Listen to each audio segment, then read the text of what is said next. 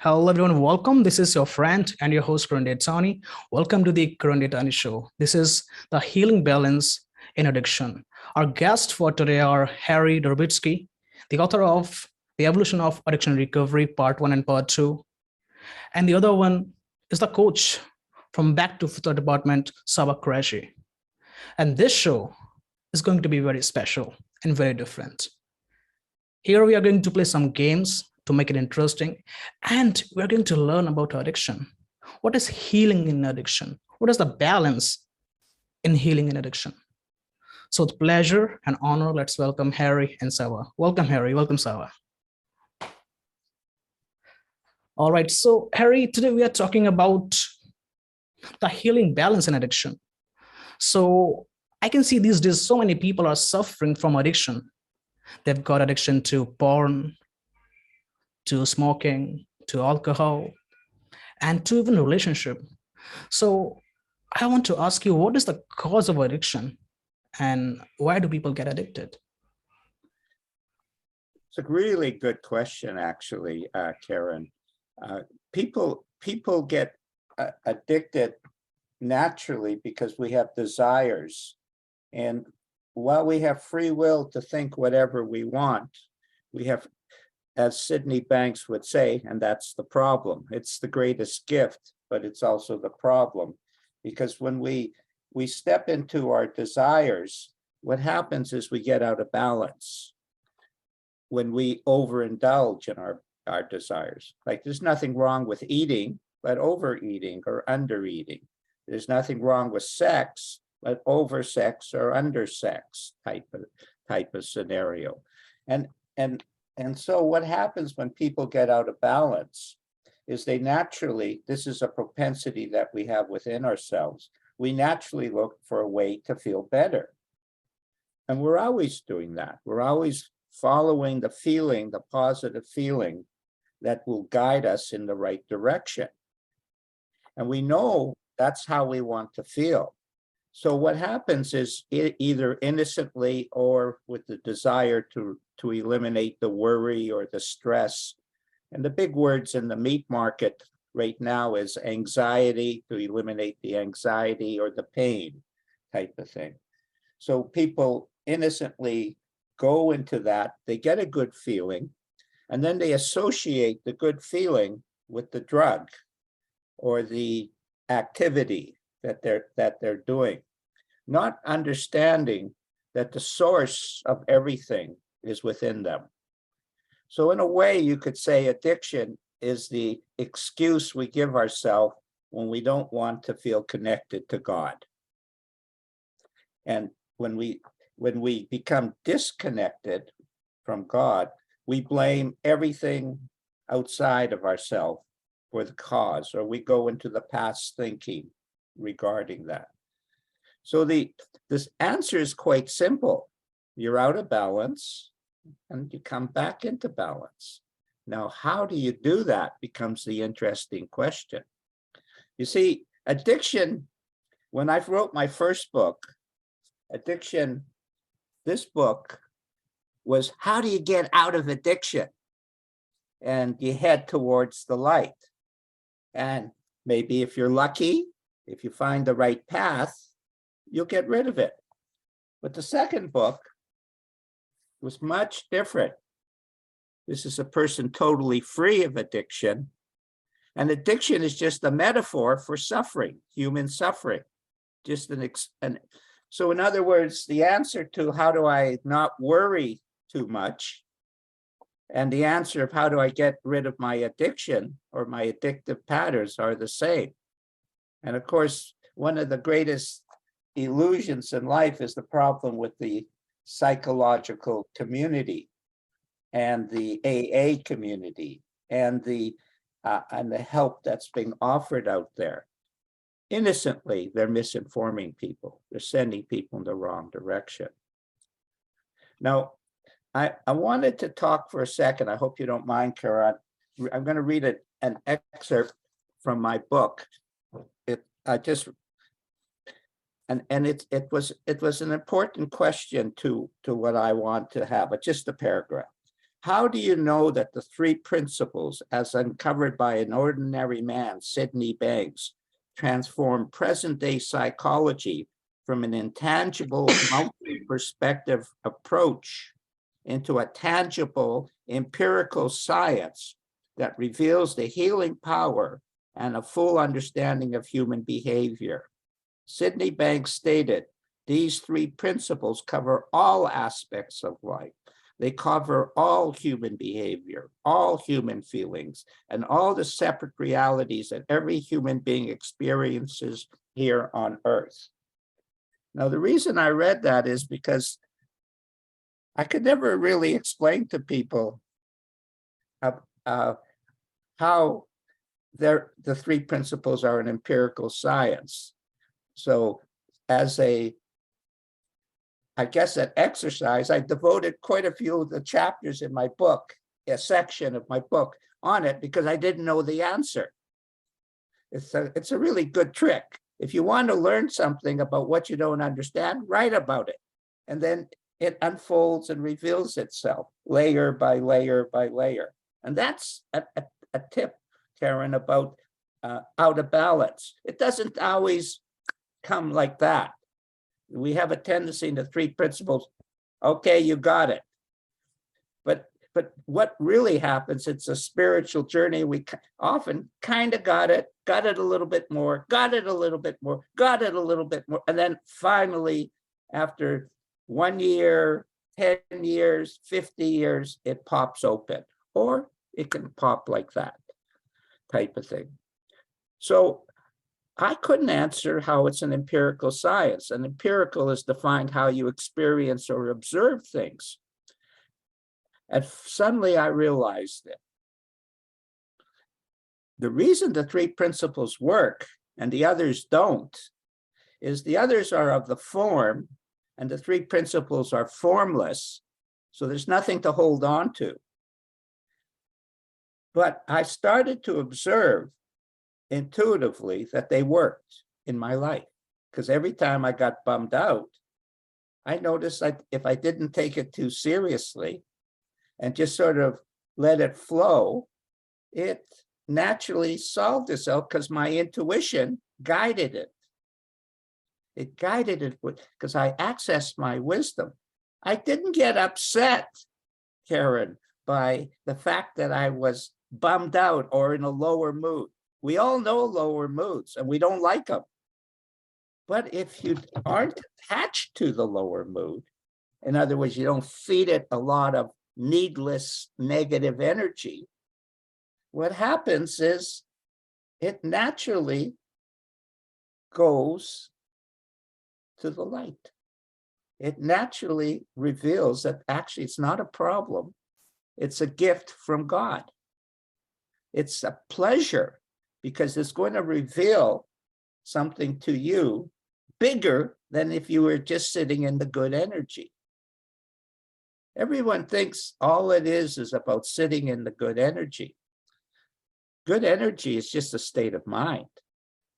And when you have that detached state of mind, or as Sid would call impersonal state of mind, when you're impersonal, you allow yourself to experience all these things without judging, evaluating, conceptualizing, which we equal ego.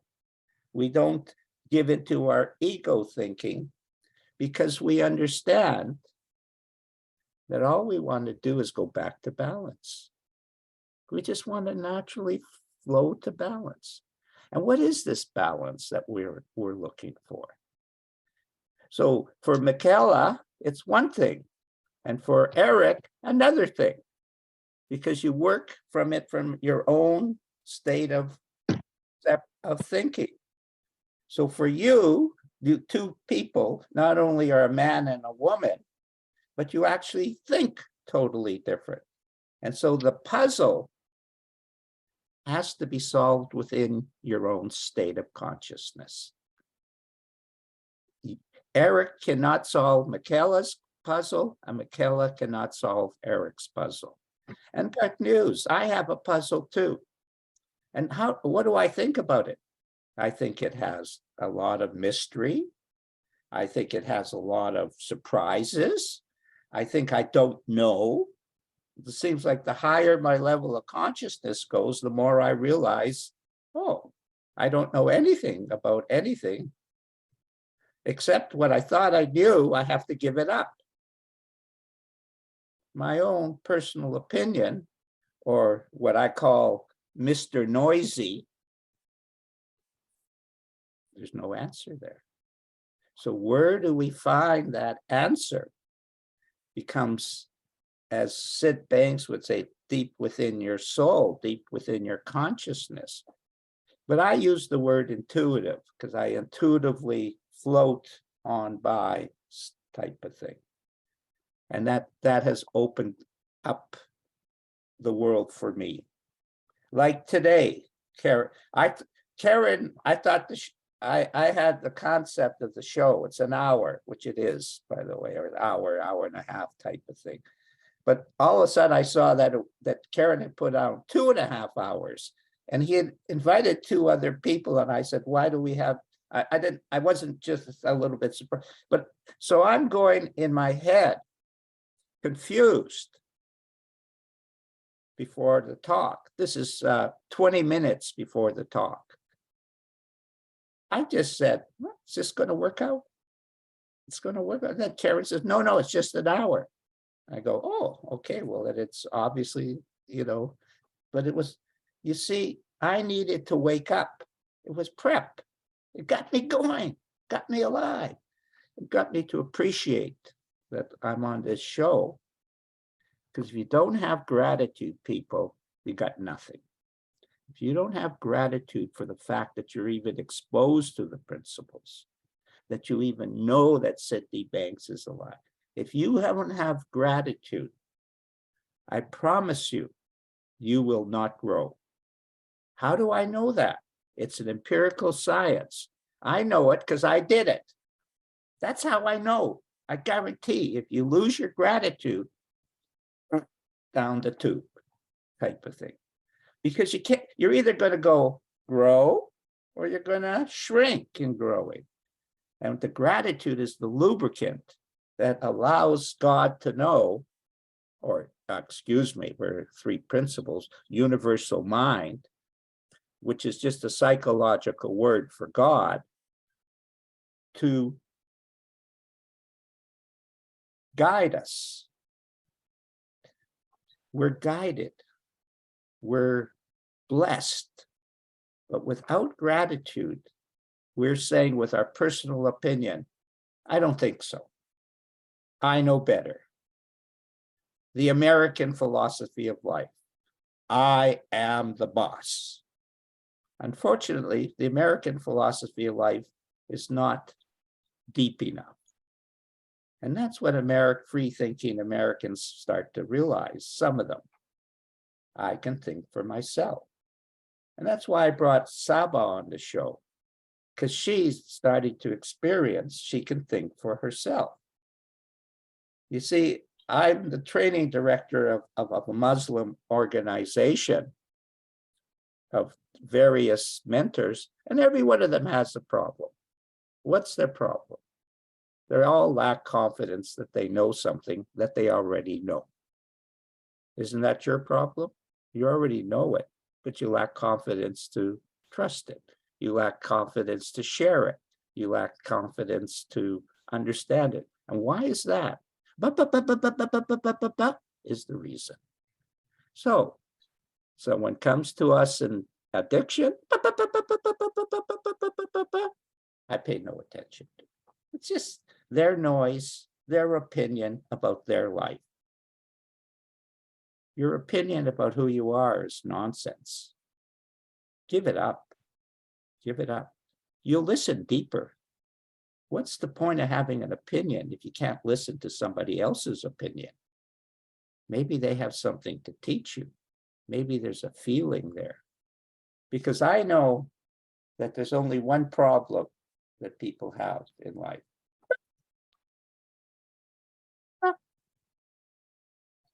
And when that quiets down, they naturally find a healing balance within themselves. It's just so simple. Doesn't that make sense, Karen? Oh, yeah, it does. It does. And it just gets me to ask you a question that is, I can see like people uh, being addicted to alcohol, like drinking every single day. And some people just take medicines to cure addiction. So, addiction, is it a mental illness or is it like something wrong with the body? Great question. Another great question. Really, like these are questions, Karen, that people have on their mind and they're curious about. That's what we're trying to answer. We're not trying to give you the usual 3P stuff. We want to answer your questions. And please, if you have them, ask it like Karen. Say someone has been on the street, Karen, for 3 months or 6 months or 6 years, and they put themselves in a detox center. It takes about 3 days for them to get rid of the physical stuff. They're all messed up mentally and they can't hear anything and stuff. But about after 3-4 days, they're detoxed. So what happens is they're still psychologically addicted. So it's a little bit like sex. How much of sex is physical and how much of it is psychological? Well, I found something shocking. I had cancer and I had to take this Lupron drug, which gave me a 0 sex drive, which I found very enjoyable.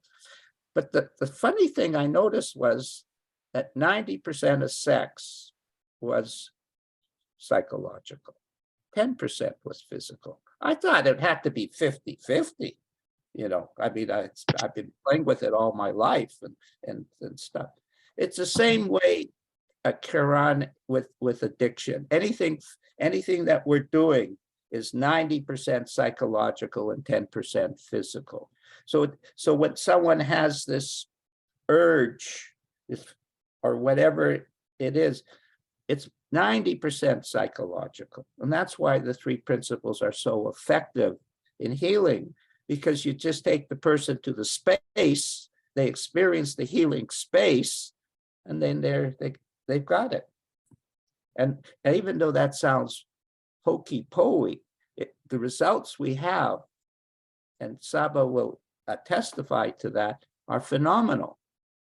How could someone just hit that healing space and drop cocaine, or drop benzos, which is a pharmaceutical? And more people are dying from pharmaceutical drugs than street drugs. We have to be aware of that. The pharmaceutical industry, the doctors are the greatest killers in the drug industry, innocently, and everybody's using it. So physically, that's the urge. My co-host in Addiction, Alcoholism, and 3 Principles stated it something like this as a metaphor. You have the urge to drink. That's where the good feeling comes. Then you go to, after that, it's just a pattern. It's just a pattern. You don't get no enjoyment out of it. You just do it. So a lot of people experience this phenomenon. I know I shouldn't do it. I see clearly through my understanding of the 3 principles I shouldn't do it, but I'm still doing it. Is that psychological or is that physical? It's psychological. So 90% of addiction is psychological. Our whole world, it's a mental reality. It turns out spiritual is one truth. Psychological is many truths, many separate realities. And those 2 worlds together make up who we are. So the body is an indicator, but the mind controls everything, Karen. When you know yourself, when you get to the source of what mind is, you get to the source of what's creating things. And here's the good part. Here's the empirical science. I can't tell you how to do that.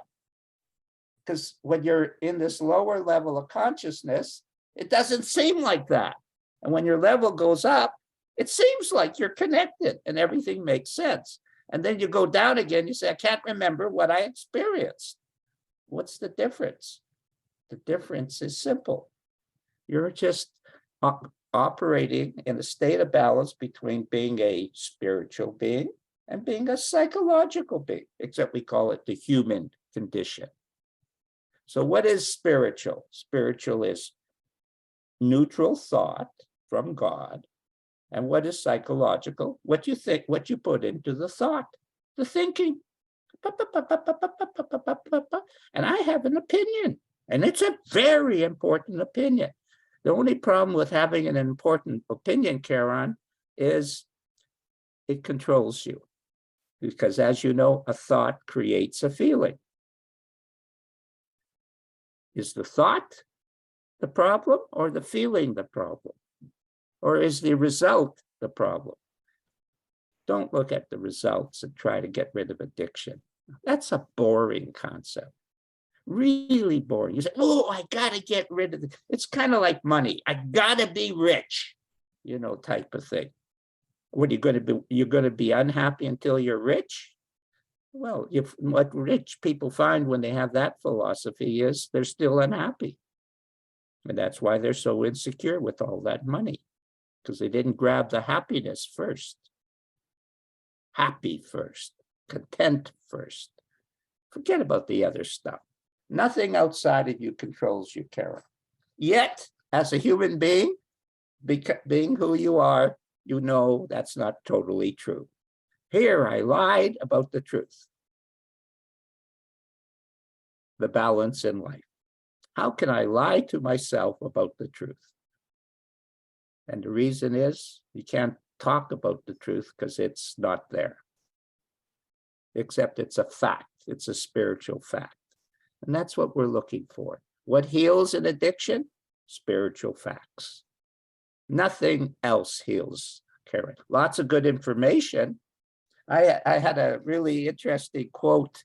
I'll see if I can find it. Something like from Aldous Huxley. The world has never had so many understandings about how to heal, yet there's never been so many sick people. There's never been so many people who are unhealthy. How come as the science has discovered, do you know what they've discovered? They've discovered how you are sick and how they can make you better. And our teaching is you're not sick. And boy, is that a bullseye. Whew, I don't have to talk to sick people. I don't. And so when Saba met Saba, I could have said, well, she's got a funny thing on her head and she's got glasses and she sure has an opinion about this or that. But I just knew she was just an incredible human being. I just knew it. You could just see it in her. Just like yourself, Karan. You could hide it as much as you can, being this or that, but everybody knows who you are. You're a beautiful guy, sharing a beautiful feeling with beautiful people. And where did I learn that phrase? I learned it in the sweat lodge of an Indian indigenous ceremony. That's how he introduced it. I thought, gee, that's a nice way to introduce things. See, it's all the same. It's all the same. Maybe I could get Saba just to say a few words, Karan, if you don't mind. Do you mind? No, please. Yeah, I've asked Saba to come on for her growth, because here's the trick. If you're going to share, you'll grow. If you don't share, guess what? You don't grow. So when Karen's on this show and Harry's on this show, who's the big winners? Karan and Harry, even though all you are here for that thing. Now, I talked to Saba before because I wanted her to get an idea of who she is. And she wrote this after she was a little confused of what she was going to talk about. I see clearly how I could choose to create openings by sharing and being myself. Answer to addiction. The idea of creating my own reality by being courageous has been reinforced, the answer to addiction. Being open to explore and make mistakes, big, big answer to addiction. The balance of psychological and spiritual reality we live in. Well, obviously, I'm talking about the same thing. Being stretched and challenged is the opportunity for learning and growing in our level of consciousness. My intention for this talk show, showing up with my authentic self, being Saba. And within this thing, Saba and I were talking, and Saba has a husband who was addicted to a pharmaceutical antidepressant drugs. And she kept sharing in a beautiful way with him. And then he came and did some sessions with myself and another guest who's been on Karen's show, Madasur. I can't pronounce his name right. And he experienced this beautiful healing, balming feeling. And Saba said to me, all I did was I didn't try to push him. I just kept sharing in a very open, beautiful manner. You see, people, it wasn't me that healed. It was Saba who actually initiated all the healing. I just get the credit. And here's the biggest joke. I don't heal anybody. Only God heals. I don't heal. If it was left up to me, it would be a lousy world. But luckily, it isn't. So Saba, why don't you say a few words just to introduce yourself and see where we go with it? Yeah, sure. Thank you, Harry. And thank you, Karan, for having me. It's so beautiful to be here, but my intention today was just to be myself. So I'm here, I'm going to make mistakes. I don't care, but it's just that I'm just going to be myself. So how Harry was saying, I loved how he said that when I spoke to Asad, who's my husband, about there's a volunteer opportunity to get mentored by an addiction expert, I did not expect him to just sign up because I have had a long history. Like my marriage is for 17 years and I've been trying a lot. Before I was nagging him, I was pushing him to change. I just wanted him to fix himself, but it never worked. It always backed off. It always backfired. And then finally, I stopped nagging him and I just didn't care about the results. And I think that was the game changer because I just shared with him that, there's an opportunity. If you want, you can just volunteer. And I did not expect him to just say yes and sign up, but he did. And the very first session I remember, actually I had forgotten that he had a session with Harry. The first session, he just called me from his work and he was like, I'm so grateful to have you as my wife. And I was like, what is happening with him? And I was like, and then in a moment I was like, oh my God, you had the session with Harry, right? And he's like, yeah, I've never felt so good in my life. And he had found that feeling and he had found himself. Actually, he just, from then on, he's a changed person. I never expected for him to change in such a short amount of time. And all these years I've been pushing and nagging him, it didn't work. But then he just had to, have that good feeling with Harry, and there he went, like just boom, and everything changed for him, and subsequently changed everything for our family, our kids. Everyone was so surprised the way he was always, previously he was always very anxious and very irritated because he was addicted to this drug, and he had always had this fear of not leaving it because he was having a lot of side effects from his drug addiction, the pharmaceutical antidepressant that he was having. And he was always fearful of leaving it because he thought if he would leave it, he would not be himself, and he couldn't be himself. He thought that he would become a monster because he would get super angry. He would become a really different person. So he feared becoming that. And that was like a vicious cycle for him. But when he was on the drugs, he felt good for a short amount of time, but then still he was having so many side effects. He's gaining a lot of weight. He just, it was not working out. He was just so lost. But then he didn't realize how in such a short amount of time he was able to just let go. He lost that fear. It just vanished. And he realized that it was just within himself, that thinking that if he left the drugs, he cannot manage on his own. And that was a game changer for him, to let go of the fear that if he stopped taking those drugs, he can't handle himself. But yes, now he's off those. He sometimes does take them, but then he has the choice. He knows that he has that choice, and that's the biggest change and thing that worked out for him. So yeah, that was it. That was So from my perspective, we never talked about the antidepressants. We never talked about the psychological reasons he was doing that stuff. All we talked about was the purity of the principles from what was coming up.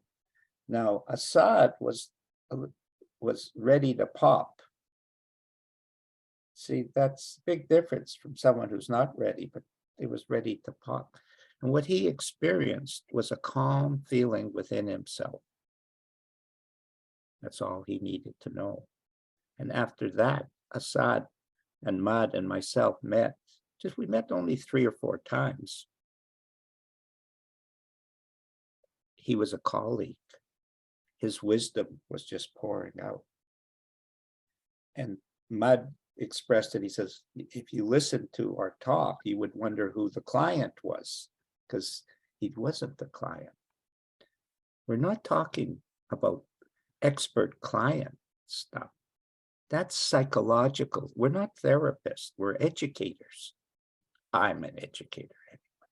We educate people on a deeper understanding of what mind, thought, and consciousness is.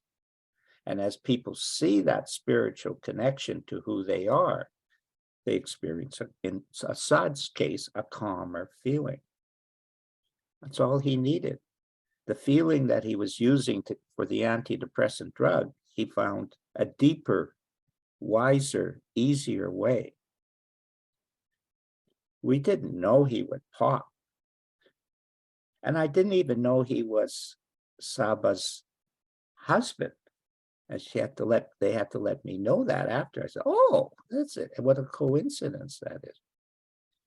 But the love that she shared was the preparation for Assad to pop. You see, the partner plays a very, oh, there's my hand again. Yes, Harry, you can talk now. Thank you. I wonder how that happens. I've seen that a couple of times. So we're not in the business of healing people. We're not in the business of telling them what's wrong with people, with themselves. We're in the business of sharing, with a cup of coffee, talking, and guiding the process in a way where the same way I would guide myself when I was in a bad mood. Notice I started with that. I'm in a bad mood, but intuitively, the 3 principles guide me towards a better mood, a better feeling, a better understanding. And as that came to Assad, he just internalized it. He recognized that the feeling wasn't coming from me. You see, I get a lot of credit now. Before, I used to get no credit. Do you know what? Getting a lot of credit and getting no credit is the same thing, as long as the person is helped. That's the important thing. All we care about is helping people who are suffering. And the first person I had to help who was suffering was,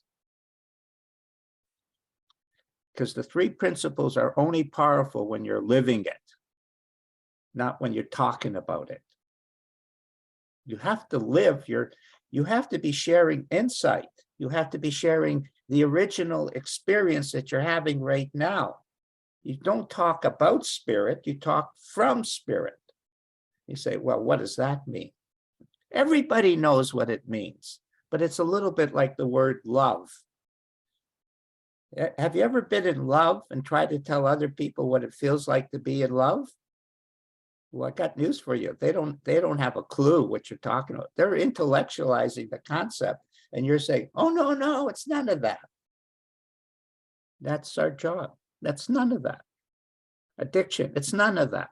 None of what the world is like. The world is lost. Okay, no surprise. But psychologically, since we don't know much about it, but people say the experts we must listen to the expert. What happens when the experts are 100% wrong? Well, it creates a problem because you've got misinformation. And who's feeding the misinformation? You are. So that feeling that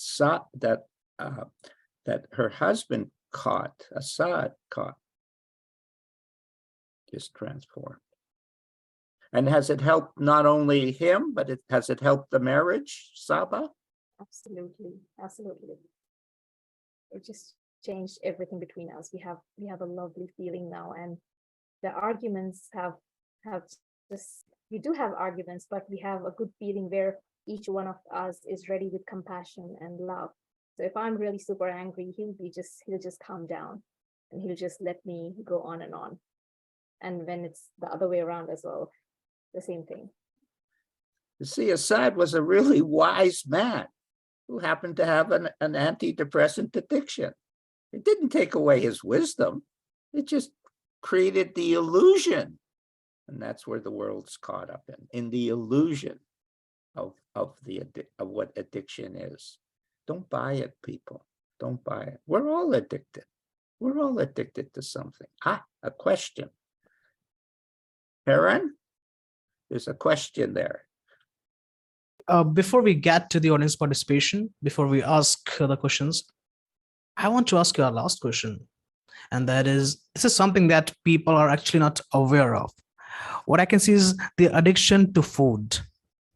We are addicted to eating burgers, pizza, cold drink, and we just don't realize that it is an addiction. Why are we eating the fast food every single day? Why do we crave it? When I started just going out with people and friends and eating the fast food, automatically I started craving it. And it was like when I was in bad mood, I was like, okay, let's go out and eat something.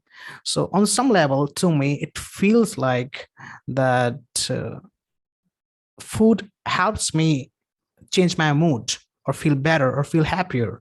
So could you talk about the addiction to food in a few minutes and just how to cure it? Well, first of all, don't take it so seriously. It's a lot of fun eating all that stuff, type of thing.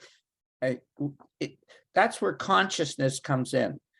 Yeah, you should eat some fun food. Yeah, you should enjoy that stuff. But consciousness lets you know when you do it too much.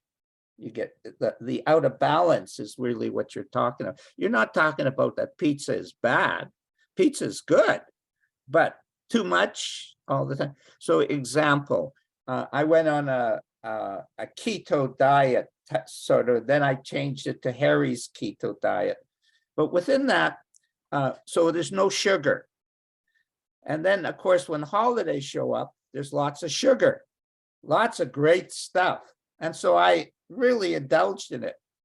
Of course, the problem was, Karan, was that now the sugar had ignited the thought that I liked this stuff. So every night at about 8 o'clock, where's my chocolate? I had this powerful urge for this chocolate. Only trouble is it was going to give me a stomach ache. Consciousness, at a certain point, I saw, if you see the urge or see the over desire or see the affliction, you know what to do with it. You have natural common sense within yourself. You have wisdom to handle that. It's just the pretending that the these things are bad for you. They're not bad for you. You're not dying from eating that stuff. You don't even look overweight, Karen. So you're not even fat yet. Maybe later on you'll work on that and get something that you can be proud of, your big tummy type of thing. But right now, you're not even that. What you really are is you're upset about the fact about that you're doing something you don't approve of. Well, my advice to you is don't take it so personal. Relax. Just enjoy what you're doing. That some of it is really good. Some of it does relax you. Sometimes it's really the best thing in the world is to overeat pizza. Just feels good just to let go type of thing. In Japan, which is in the old days, it was a very narrow society. Work.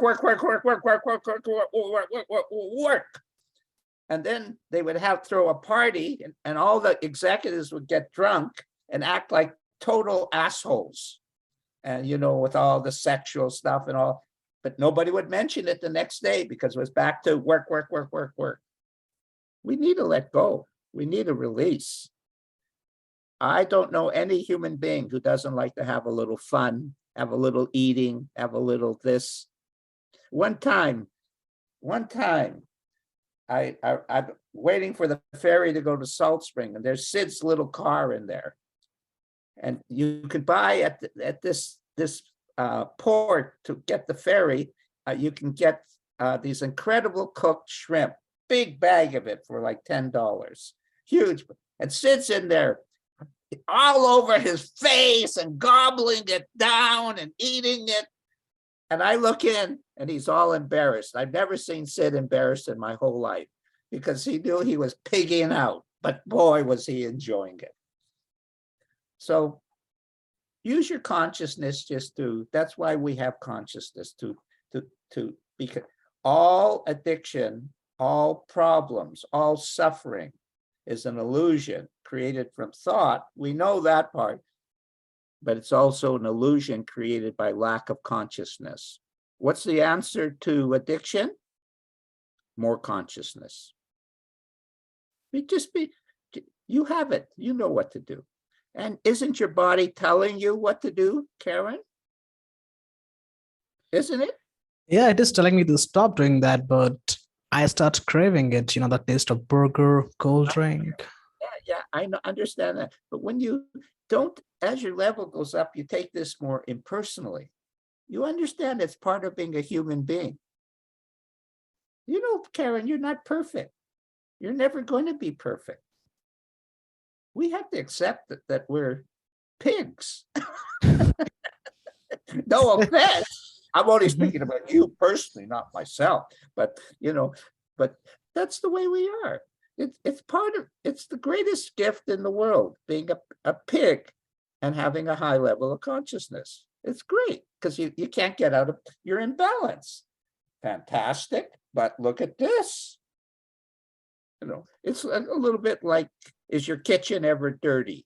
Well, yeah, my kitchen is dirty a lot of the times. Who made it dirty? And who didn't clean it up? I didn't do that. So don't take it so seriously. That's the problem with addiction. I gotta change. Now I'm going to share, we'll get to your question very quickly, Michaela, because at 65, I decided, I don't care about anything. I'm just going to be happy and content. And then at 69 or so, I looked and I said, look at all the bad habits I dropped. Do you know what the bad habits I dropped, Karen? All the ones I wasn't thinking about. Do you know the ones that stayed? All the ones that I was thinking about. Okay. You want to drop a habit, stop thinking about it. What's the problem with addiction? They teach you to think about it all the time. Willpower. Dr. Amy Johnson has a brilliant quote, a no willpower approach to addiction. I can do it. I can do it. I got to do it. That's the way we operate. The more we think about it, you want to stop addiction? Stop thinking about it. You want to stop worrying? Stop thinking about it. You want to stop anxiety? Stop thinking about it. Of course, everybody's saying, think about it more. That's why they're lost. That's why it's so frustrating for me, Karen. I'm telling them something that works and is so easy, and everybody else is telling them what doesn't work and is so difficult. But I have to accept that. And it's frustrating. It's really frustrating because people don't want results. That's bullshit. Nobody wants results out there in the meat market in the world. What they want is something that supports their beliefs. That's what they want. If it doesn't agree with them, they're not going to accept it. They want the Oprah Winfrey approach. Only trouble is she doesn't know anything about addiction. She's lost. That's the problem. She's a nice person and she's really evolved the world in certain ways. But when it comes to addiction, she's more lost than anybody. Yet everybody listens to her. That's the way it is. All right. Okay, so Harry, let's get the question. Question, yeah. Xander, could you come on the panel and please ask a question?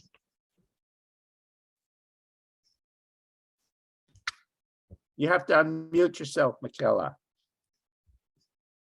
Actually, I asked Xander. Oh, Xander. Oh, he had. Oh, well, doesn't Michaela have her hand up? I'm unmuted. Oh, great. So Harry, Hi, Xander. Hi. So Harry, I put a question in the chat. So I'll just read it from the chat. It says, if a person this was I don't know, 25 minutes into the call, if you will. So what I asked is, if a person fails to recover from addiction by way of a 12-step program, is that failing with the individual, or is it with the 12-step program, which actually directs people toward the divine? Well, it's a great question, and first of all, nobody can actually answer that question because it's different for each person, type of thing. But basically, I see the 12 steps is kind of a step to can be a step towards healing, like religion can be a step towards healing, understanding what God is, type of thing. But if it has a form attached to it, you see, when 12 steps started, it was successful, but it was a spiritual organization. It was really a Christian organization, because then only Christian faith was really big in the North American world. And so they had high success rate because of the spiritual aspect of it. But what happens is 12 steps, at a certain point, he came up with the 12 steps, and Bill W. and Dr. Bob sort of facilitated and helped that.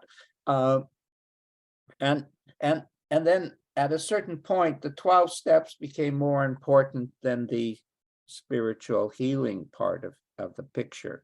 So it lost a lot of they talked the words, but they lost the feeling of it. It's like Sid would say, anybody can say mind, thought, and consciousness. That doesn't mean anything. Any parrot can say that, type of thing. So the 12 steps was in 1934 or 30, whatever, when he had his evolution, and it's basically stuck in time, type of thing. And it has certain misinformation built into it. And the biggest one is that it's a disease. We're teaching it isn't a disease. And B, even though they're saying it's spiritual, they're denying the power of God by saying it's a disease. And secondly, is it psychologically, they're talking about a lot of problems when they get together. Now, the strength of AA, in my opinion, is the fellowship. People, this is fellowship, guys. We're coming here, we're chit-chatting, we're talking, we're sharing. Saba's sharing her feeling that she experienced, I'm sharing. This is fellowship. And in the fellowship, the mystery of the unveiling of healing is always a possibility type of thing. But if it's guided by a person who has a certain set of beliefs, he'll limit that where it can go. So the answer to your question is, for one person, AA will be perfect for them. It will give them what they need. And we know that it has at least the 5% healing rate. We know that it has that. So 1 in 20 will be healed in AA type of thing. Another person in the recovery center came to me and said, why doesn't AA work? For her, it didn't work type of thing. You know, it's a good question. She asked it because it's taught that it works. If you follow these steps, it will work. But as you know, if you follow the 3 principles from a memorized perspective, they don't work. So truth it has to be formless. It has to come from an inside out experience. And yes, it's good that they're pointing towards God, just like religion is pointing towards God. What's the problem with religion? And people, you know, Saba comes from as being a Muslim, and that what's their weakness? Their weakness is they don't understand that we're psychological human beings too. But the North American person, what's their weakness? Or the Scottish person, what's their weakness? They don't understand the connection to God, like this mastermind concept within it. So bringing together of the spiritual and the psychological to inside yourself, it's obviously an insight-based experience. Anything that creates an insight-based experience, Xander, check mark. If you take ayahuasca and it works, check mark. If you take AA and it works, check mark. If you take overeating and you get an experience that you're overeating and it's just an indulgence coming from your thought, check mark. Everything, it's all relative to what you need. I can't follow the systematic approach to truth or healing by AA. Someone else, they can. So example, you know that many native Indians were addicted. You know that, right? Harry, before you carry on, I want to ask you, what is AA? Oh, AA, Alcoholics Anonymous. Okay, I got it. Thank you. Oh, okay. Sorry. Yeah, and there's Narcotics Anonymous. And so they have these. So at a certain point, Karen, it was a spiritual-based experience. Bill W. had a experience that took the world from just throw them in jail and they're bad to a program that had a high success rate, spiritual based, and then evolved into what it is now. And then in the 1970s, the UN, because they got tired of throwing everybody in jail who was addicted, they decided to call it a disease. And so once it became a disease, then they could treat it. And then became more a treatment process along with throwing them in jail type of thing. So Xander, getting back to this native Indian example, they're more spiritually enriched than white people. I don't care whether you agree with it or not. I'm telling you they are. They're just more, their portals are more open towards the spiritual side of life, the mystical side of life.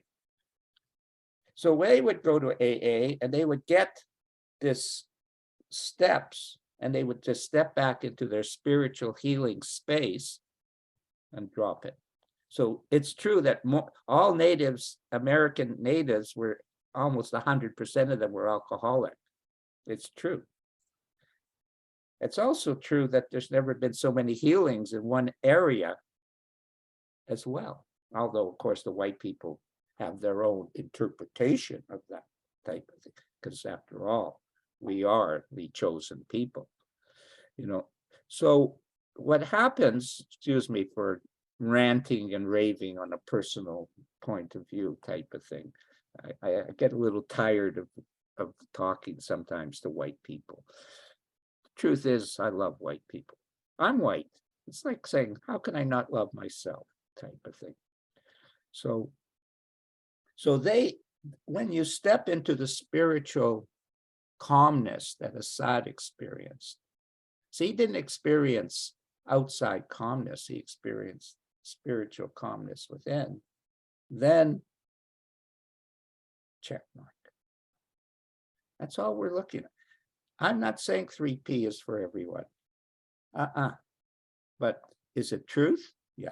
Is it bring a harmony between the spiritual and the psychological within yourself? Yeah, absolutely. Can it solve any existing problem? Yeah. But as you know, many people some people will go to religion and they will find everything they need to live a beautiful, happy, non-addicted life. Other people go to the same religion and all they see is a bunch of rules and regulations and form and this and that type of thing. Is that right, Saba? Yes, that is. Yeah. So it's a spiritual feeling within yourself that's the reason you're a Muslim rather than the rules and regulations of the game. Absolutely, because I myself had this experience until 9 years ago. I was a born Muslim, but I was only a ritualistic Muslim. I didn't have the feeling within myself, and I was all the time lost. Always thought I was a victim of everything in the world. But just 9 years ago, when I had a spiritual feeling, I was so at the edge of my life. I was like, only death can cure all of this chaos in my life. And then one day I was just praying and I just had a really calm feeling, and I felt really connected to God. And that's when my journey started of discovering myself as a person, as to who I was. But still, I had these very interesting, I was reflecting on after our talk day before yesterday about what is who I am really. So I was this person who had this spiritual awakening almost 9 years ago, but I was always playing between two extremes of being a spiritual person and then being an intellectual person. Because outside of that, the praying and the ritualistic things I used to do, on the other extreme, I was a very intellectual person, always rationalizing everything. Always I wanted answers in an intellectual way. But then until I came to three principles, that's when they came to become one. And that's when I found actual peace for myself. Until then, it was such a chaos for me inside of me. I was doing course after course after course, trying to find that balance. And that's only when I found three principles, I found the missing link. It felt like everything felt in a puzzle, like a puzzle. Everything fit perfectly in my life's puzzle. And that's why I'm so passionate about healing. I don't know how to share. I don't know what to do, but I'm passionate about sharing. So I've shared it with my family. My siblings have joined the three principles. My parents, everyone's like, what's going on? Like, I'm so just passionate about it. So even coming to this show was a part of my intention was just sharing my story. I don't know who it's going to touch, but let's explore and make mistakes and see how we grow. And have fun. Yeah, have fun. Absolutely. Wonderful. All right. So does anybody else want to ask any question to Harry or Saba? We got McCullough's had her hand up for I half do. an hour. Yeah. All right. Yeah, I'm not really sure Hi. what question I came on with. Hello, in the first place. But something to explore. I'd love for whoever would like to weigh in on this.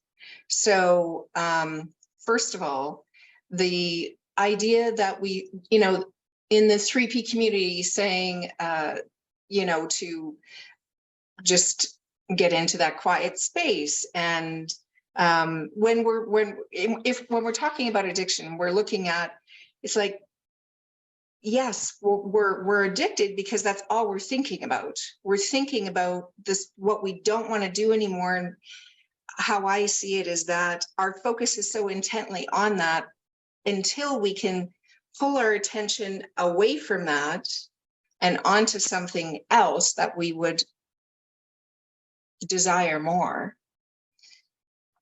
We keep turning in the same rut. Yeah. So there's kind of a two-part question, because it was something about what Karan had said too about food and addiction with food. When you're instead of having people like just get into this nice feeling or drop it, and understanding that if they keep thinking about that thing, they're going to keep wanting it. How do you direct their attention? Because to me, I see this connection of the formless and the form, and that they can't be separated, that we can't just sit in this in a good feeling. And I think there's maybe a confusion about, or there certainly was for me, a confusion about following the feeling. It's like, until you really get that, it makes no sense. So we keep going to so this is where we're tapping into that creative essence that we are. I mean, God created everything and will create whatever it is that wants to be expressed through us. So in your programs, do you point people to what is it that you truly would love to experience in your life, and have them look to creating that? No, instead of I don't do any of that. no stuff. Okay. That's a waste of time. That's Tell me. that's a psychological model that the world wants to hear what to do. It's like, I had this client, was a psychiatrist, which is ironical since I've never taken a psychology course, but he came to me to understand. And at first he wasn't getting it, type of thing. And he says he had in his mind an illusionary problem, type of thing. And he says, I need an exit strategy, because he was frustrated and stuff. And so they showed me two things. A, I wasn't connecting to him. Yeah, I wasn't getting deep enough with him in answering his question. And B, I wrote back, I don't do exit strategies. That's not my job to give people a formula or a direction they should go. They have to see that within themselves. They already, once the space changes, once the feeling changes in the moment, once that feeling changes, everything follows. See, you're heavy with a thought. Only a lift. All that happens for a person in a higher level of consciousness is that they have that too, but they're not attached to it like you are. That it's not they're more impersonal. So when Sid's talking about changing thought, he's talking about it from an impersonal perspective. He means everybody. He doesn't mean a specific thought. He means everybody who changes impersonal thought is going to experience an impersonal feeling, which is God. And once you experience that God inside yourself, you don't need any help from Harry, which he can't give you anyway. I'm not. So you go to the source of where the answer lies, within yourself. Anytime you're looking for something outside of yourself in 3P, you miss the boat. Totally miss the boat. And even if they're peddling it, then you're just a puppet being led, because you feel you're lacking. When Saba was coming on the show, my whole point with her was for her to recognize who she is. She was insecure. Well, I knew if she came in as insecure Saba, it was going to be a pretty lousy talk. But you can see, as secure Saba, it's been really, in many ways, she's taught better than I've taught, because she's talking about the raw feeling of being herself. So was the invitation then to, because it's not about looking out there and what can I create, what do I want out there? I'm speaking more about this fresh new like idea or thought or nudge or whatever, because she said yes. Saba well, said she said yes yeah, to your invitation. because I knew What- what I was looking for. So it wasn't. I can recognize the love in you when it's expressed. Mm, And I can recognize the lack of love in you when it's not expressed. That's obvious. When you're a kid, you see little kids, it's obvious how they're feeling. All you have to do is open your eyes to the truth. And the truth isn't what you're expressing, isn't what's in your face, isn't what's in your body. All of that is just your impression of who you are. You're thinking about yourself. I'm not interested in that person. I'm interested in the supreme being that you are, the powerful woman that you are. I'm interested in not paying attention. Listen, the world's boring.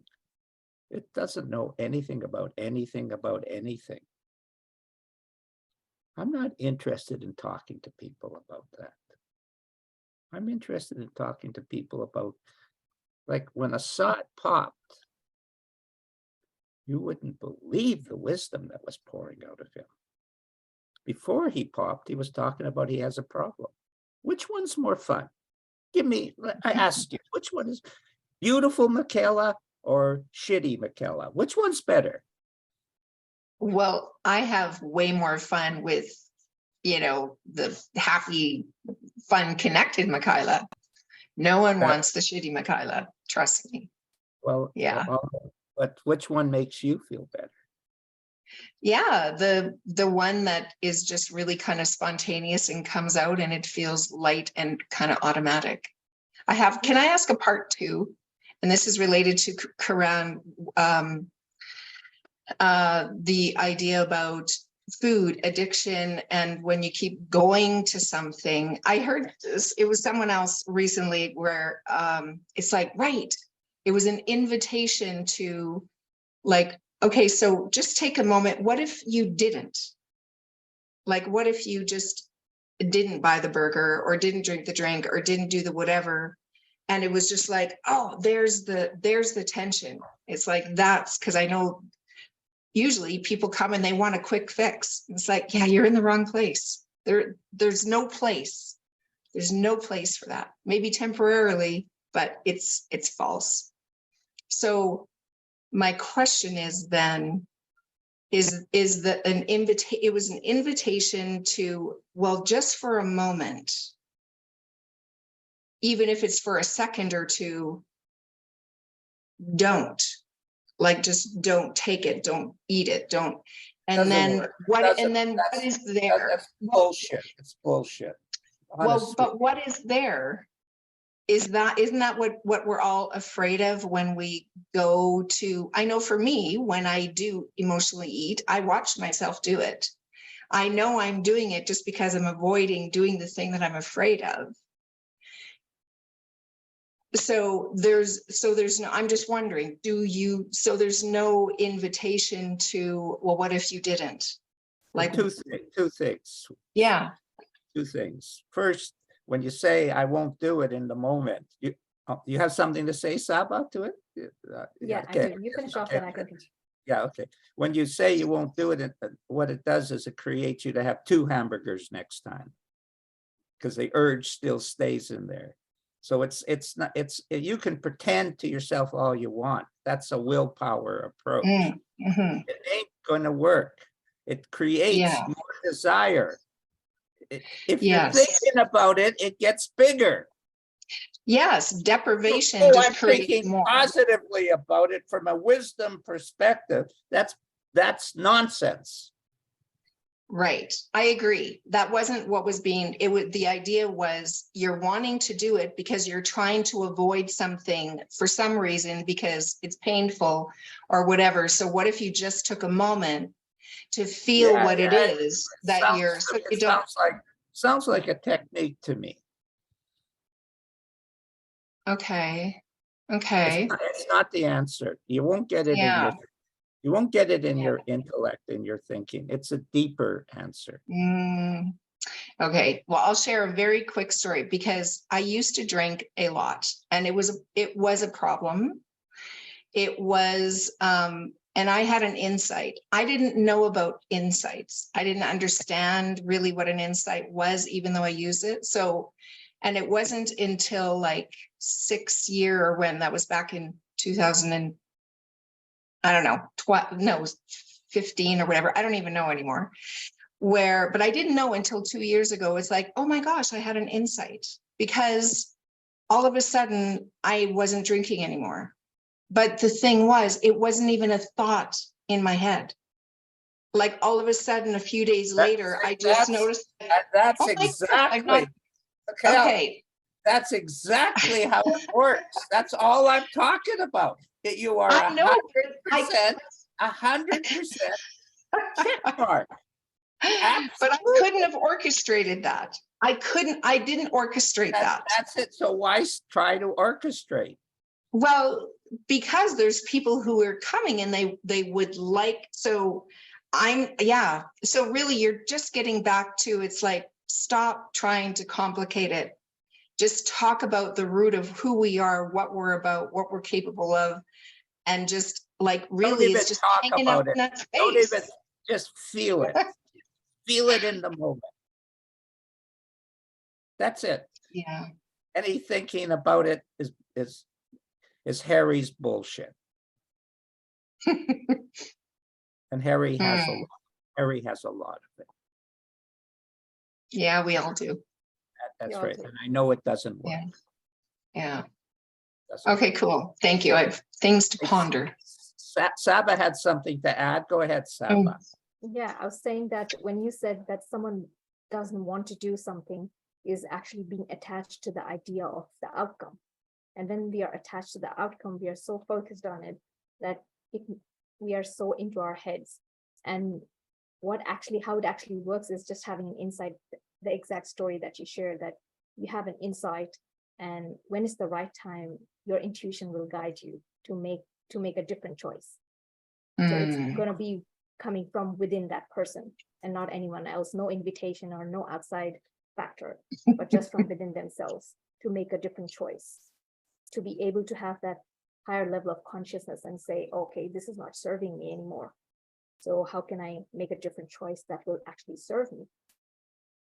And all the time, not being attached to the outcome, to the idea of whatever they want to achieve.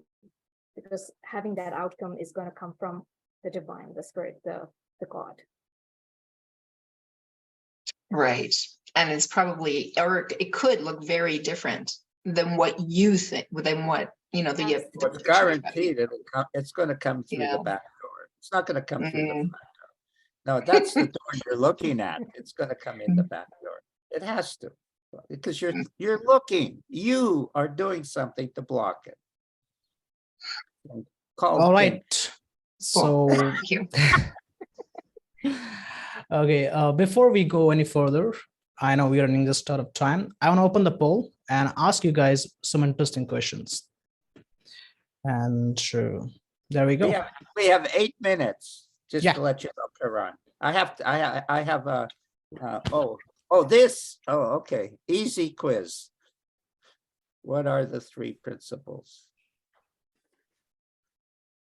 That's a great first question.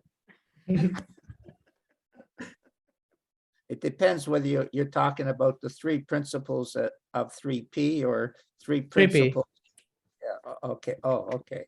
Oh, 3P, because the answers are both the 3 principles. They're just three different words describing it, you know. Okay. By the way, we got 4 questions. So if you scroll down, you will see more of them. Oh, okay. Go ahead. You guys do that. And I won't answer this stuff. I won't interrupt.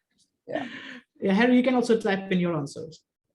Yeah, but what if I get it wrong? Then I won't be a qualified expert. Oh, sure you will. No, you won't. You won't. Oh, my God. Okay, all right. So 10 seconds, then I'm gonna end this poll and see how many of you gave the correct answers.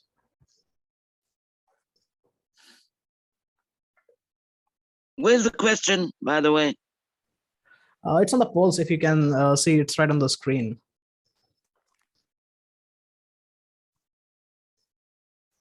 Nice to see you, Ronnie. Hello, how are you? Hi, Ronnie. Yeah, it's great to Yeah, see I you. can see your face. I can see you guys' face. Where's the screen you're looking at? I haven't found my question yet.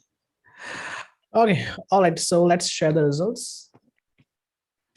Okay. All right. All good. Great.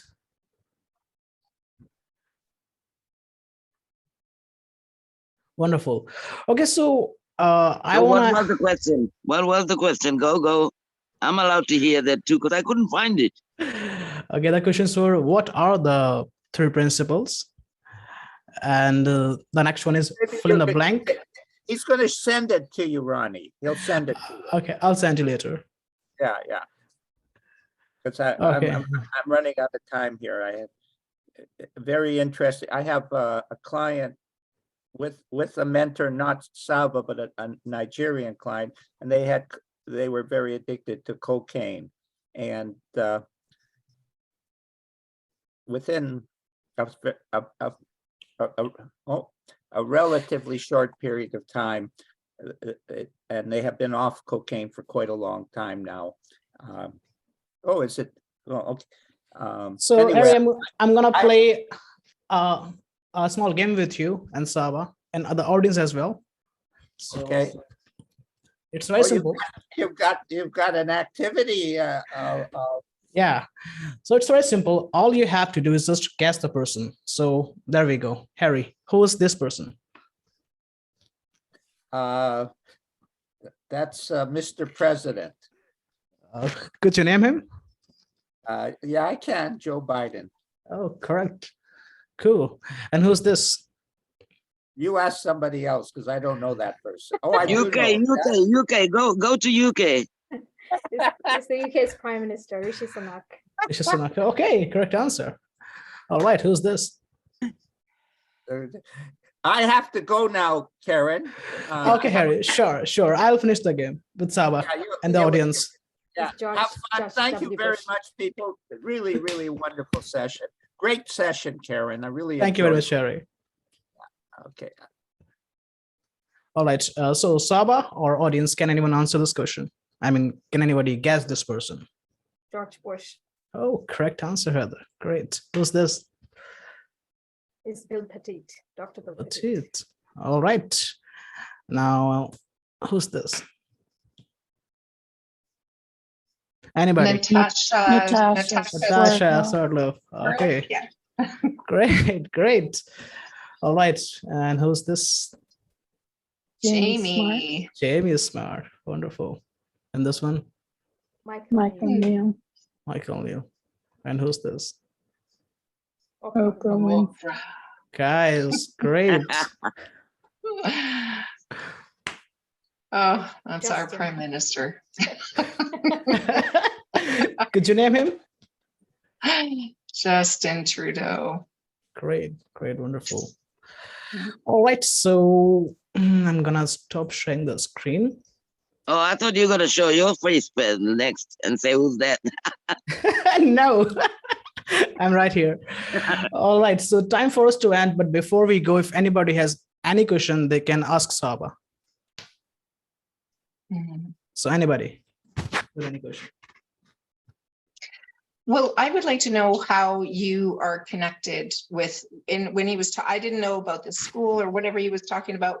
How what are you, yeah, what are you currently doing?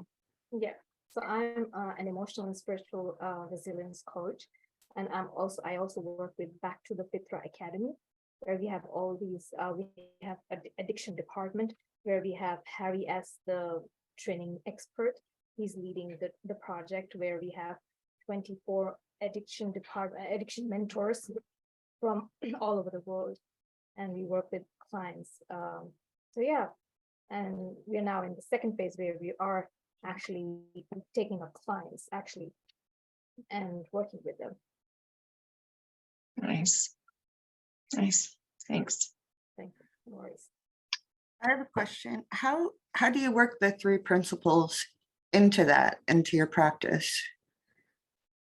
Yeah, so that's what we take as our, like Harry was sharing, how today we were sharing that healing is actually a balance between the spiritual and the psychological well-being.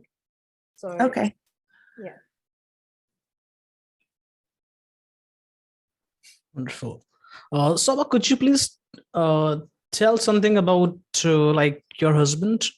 Like there was a question that someone asked, what was it that helped your husband heal from addiction? I think the biggest thing that changed for him was that being a colleague. He was treated as a colleague because before working with Harry, he went to different psychologists where he was prescribed these drugs, and he was always treated as a patient who was diseased or who had something that was not good or something wrong with him. But when he met Harry, he was treated as a colleague, and that's what changed for him. That's why after the first session, he was so happy, and he was so, like, I would say he was over the moon. And he was like, he said, I'm a wise person, and he was able to see this goodness in me, and he felt himself. I think he found his self-worth. He was able to look at himself, where, like we say, how we have these negative self-talk all the time because we have this negative self-image. But when that layer of thinking or that illusion got broken, he was able to see how supreme or a beautiful human being he was. And that changed everything for him. I think that was the main change for him. Wonderful. I just heard from Harry that there was a person with addiction and they came to you within like 20 minutes or just one session, they overcame the addiction. Could you talk about that? Yeah, I worked with Harry. We co-mentored a 22-year-old who had digital addiction. And like Harry said, we talk, we share ideas, but we don't talk about the problem. We don't focus on the problem. We talk about sharing these ideas, the spiritual reality, and how psychological and spiritual beings we are. And I think the moment a person starts to see how beautiful they are, everything starts to shift. It's not focusing on the problem and trying to fix and change it, but actually focusing on the beauty, the reality, and slowly things start to change. And I have seen, like, we were mentored and trained for more than 3 months, and I have seen changes in myself as a mentor myself. My coaching has changed so much. As a person, I have grown because when I came to the addiction department, I was like, okay, I'm a coach, and let's see what I'm going to learn. I don't know, I'm a coach already. But when we started the training, it actually changed the way I was seeing myself. I found that balance where I was like, oh my God, I'm a learner too. I start to see all that thinking falling away, where I was curious about my own colleague, my client, rather than being the person who knows everything. And that shifted everything in my practice, in my personal practice as well. In my private practice, everything changed. I started having such beautiful sessions. I started to enjoy my coaching sessions with my private clients. So that is I think the key, where that's not available everywhere. I think it's just with 3P where we don't see the client or the coach. Rather than that, we say that it's a co-creation between the different human beings that we are. All of us are beautiful. All of us have a purpose in this life. Wonderful. Wonderful. All right. Renee says, learning is with us till the day we die. Never stops. Wonderful. All right. So does anybody else have any question before we end the session? I would like to know how I might connect with Saba and, you know, all of us just to continue a conversation, just explore and yeah.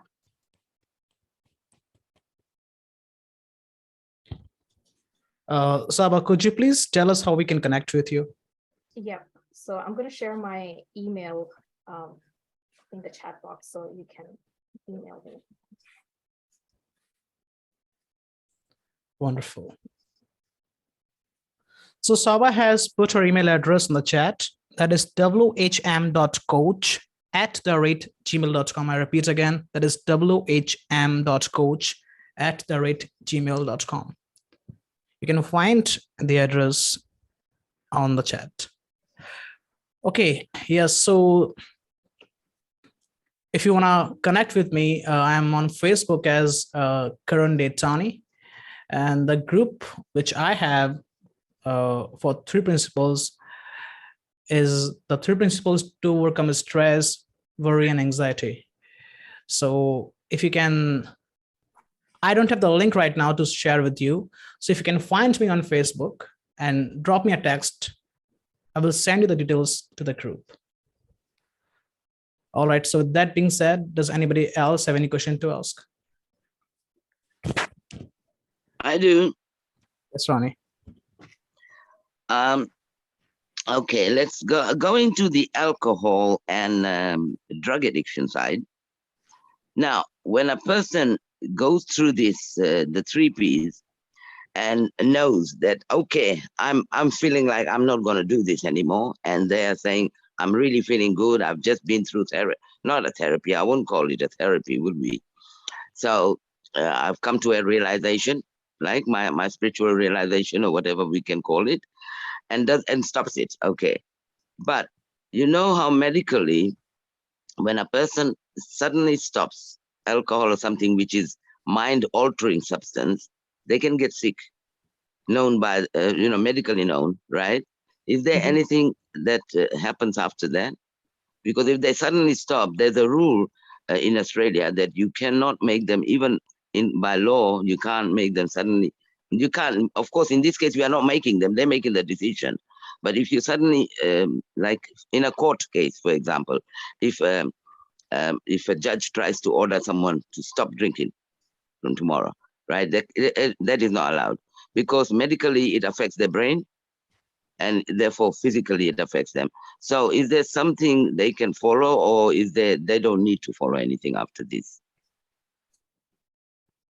All right, so that's a very interesting question. Saba, are you going to answer this? Yeah, I didn't get the other part where, what does she mean? What do you mean, Ronnie, when you say not follow anything? So you mean not take anymore. No, do not drink anything. Like if they stop drinking or they stop their drugs, right, immediately, they can have physical and mental effects on themselves. Therefore, legally, it's not allowed. Legally, the medical practitioners are not allowed to make other people stop in Australia, just like that. So, are you talking so about what can they do detox? after? Ronnie, are you talking about after detox? Yeah, it's not even, they're not going, in this case, they're not going to detox, they're just stopping. So instant stopping is not allowed in Australia, even through legal system. That makes sense. Yeah. It's not the same here, but that makes better sense in some ways than what we do here, because because they'll get withdrawal symptoms. They'll get withdrawal symptoms. Yes. So I'm just wondering, is there something they're told to come back to the session, or what should they do if they've suddenly decided to stop, but their mind wasn't clearly made, or something? Okay, as I can understand, what you're asking is that after somebody has overcome the addiction through the principles or through insights, is it allowed, or can they stop taking the medication right away, or do they need some prescription from the doctor? And from what I hear is that after these sessions, they automatically stop. So when they automatically stop, do they go through withdrawal symptoms? So do they get, like other side Oh, effects I of got it. withdrawal? So you're talking about the side effects. Yeah, absolutely. Very good Withdrawal question. symptoms. Yeah, Yeah. yeah, I understand. I understand.